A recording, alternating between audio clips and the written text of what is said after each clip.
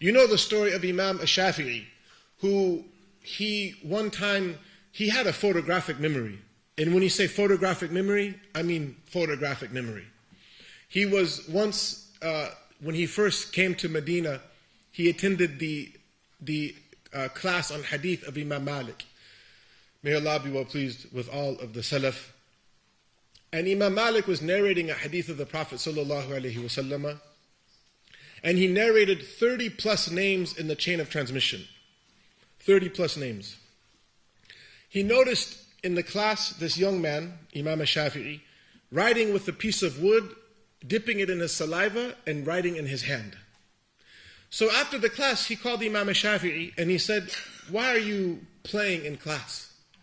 He said, "I'm not playing." He said, "What are you doing?" He said, "I'm taking notes." He said, "Show me your hand." He showed him his hand and there was nothing there. You know they have like invisible ink? Huh? He showed him his hand, there was nothing in his hand. He said, "You're taking notes?" He said, "Yes." He said, "But there's nothing in your hand." He said, "Listen," he said, "the movement of writing helps me memorize." He said, "If you memorize, then repeat the chain of transmission to me." He repeated the chain of transmission. 30 plus names. An fulan, an fulan, an fulan, an fulan. And when he came to where Imam Malik pointed toward the grave of the Prophet ﷺ, he moved his hand the same way Imam Malik moved his hand. And he said, "An sahibi hadha qabr." He moved his hand the same way. You probably can't remember what I said 2 minutes ago. I can't probably remember what I said 2 minutes ago. Huh? He mentioned 30 names and moved his hand and said, "An sahibi hadha qabr." So Imam Malik took him as his student. When Imam Malik brought him to his house, they said that he gave him half of his wealth. And he said, "Alladhi atahu kana shay'an kathir." The wealth that he gave him was a lot of money. وَالَّذِي أَبْقَاهُ كَانَ شَيْءًا كَثِيرًا. And the money that he kept, i.e. the other half, was a lot of money. Imam Malik sponsors Imam Shafi'i, radiyallahu anhum jami'an. But one time Imam Shafi'i he had a glitch in his memory. And he was worried. The glitch in his memory was that he remembered a chain of transmission, but he remembered 2 names and he couldn't remember which one came before the other. Are you all following me?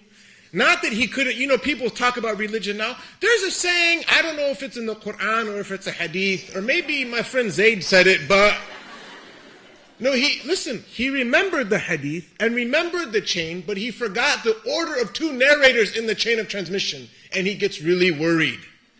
So he goes, no, seriously, this is a true story. So he goes to his teacher Al-Waqi', and he says to him, "I had a glitch in my memory." You know what he told him? He said, "Stop disobeying Allah." Yeah. شكوت إلى وكيء سوء حفظي فأرشدني إلى ترك المعاصي وأخبرني بأن العلم نور ونور الله لا يهدى لعاصي. He says in his lines of poetry, I complained to my teacher Waqi', سوء حفظي, my bad memorization. What was his bad memorization? The order of 2 narrators in a chain of transmission. And he told me to stop disobeying Allah, and he told me that knowledge is a light from God, وَنُورُ اللَّهِ لَا يُهْدَى لِعَاصِي, and the light of God is not given to a disobedient person. So this raises a really important question. What do you think Imam Shafi'i did to make him have this glitch in his memory? Right? Did he spend all night long backbiting? Did he, hasha lillahi ta'ala, commit some major sin?